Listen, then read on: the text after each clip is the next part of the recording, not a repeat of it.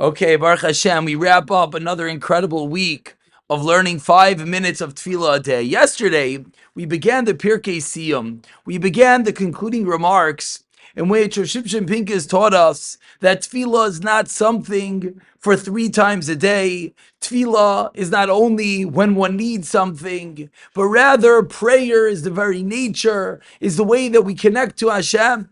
We concluded yesterday with learning that Hashem's relationship with Klal Yisrael runs so much deeper.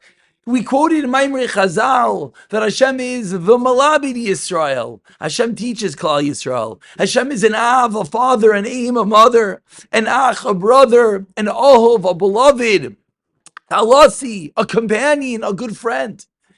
And we spoke about the fact that tefillah is supposed to be intrinsic, that which keeps us alive. And he continues this because maybe one is thinking and saying, really? Tefillah is that important? He says, David HaMelech. What does David HaMelech, the one that spent every night of his life in tefillah, in shira, sitting and singing prayers to Hashem, David Melech Yisrael, is elevated to the state of the greatest praise perhaps for a human being. Ve'ani tefillah.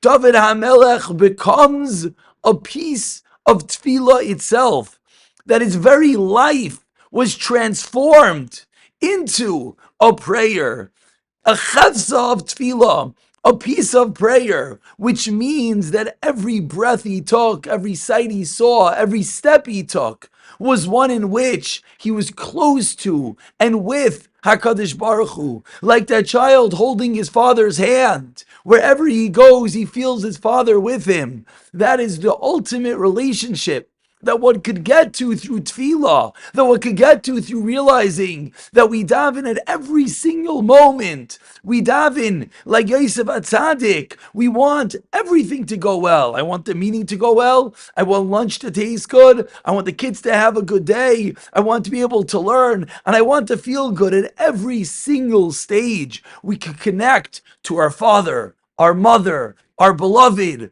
our Rebbe. That's all HaKadosh Baruch Hu. That is what it means, va'ani tefillah, that we could be transformed into a piece of tefillah. And the next piece in Rav Pincus, he begins with a deep discussion of Chana.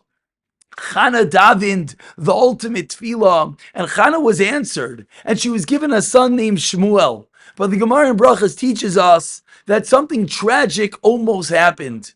That Shmuel, as a young child, paskind, he effected his authority and said what the halachic idea should be in front of his Rebbe. Eli HaKoyin turns to Chana and says, your son is chayiv misa. Your son has to be killed. He paskind in front of his Rebbe.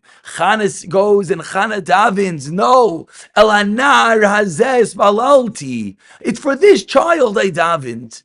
But everyone wonders, and he brings this out through the incredible words of the Ramchal. What exactly does that mean? Because it's clear in the Gemara. It's clear that Chana's tefillah was not for her personal self. It wasn't that Chana had a personal affinity towards this child, that she loved him. It's clear that she was davening for the greater purpose, for the increase in kavod shamayim. So why was she so intent on this child? If he did something wrong, and Eli HaKoyin promised her that the next child will be even greater, so she sort of said, okay, if the next child will be even greater, then they'll be even more honorable in the eyes of God. What did it mean that Chana said, it's for this child that I davened? Explains Rosh Shimshon Pincus. From here we see an incredible idea.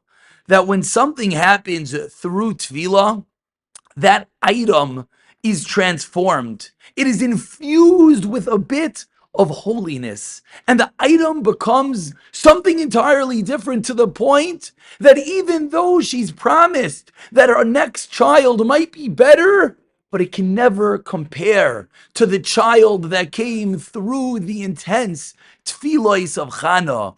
And with this explains of Shimshon Pincus, when one davens for his parnasa, his very livelihood is transformed into a bit of holiness. When one davens that his food should taste good, the next drink that he takes contains a spark of godliness. When one davens that every step and every bit of his day should be together with the guide, holding the hand of Hashem, then every step and every bit of his life is infused, is elevated with holiness. The more we daven, the more we connect to tefillah, the more one could become a little bit of va'ani tefillah. It elevates each and every bit of his life.